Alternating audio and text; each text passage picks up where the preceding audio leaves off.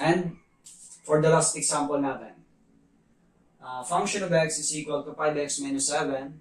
Evaluate function of x squared plus 1. So pag ganito, same lang yan, evaluation pa rin. Papalitan lang natin yung x ng x squared plus 1. Okay?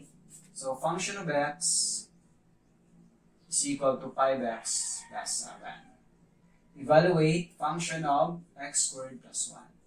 So same lang din, papalitan lang natin ng x squared plus 1 yung x. So magiging 5x squared plus 1 minus 7. So yung x natin, pinalitan natin ng x squared plus 1. So therefore, function of x squared plus 1 is equal to, simplify natin, distribute natin yung 5. 5x squared plus 5 minus 7. Simplify pa.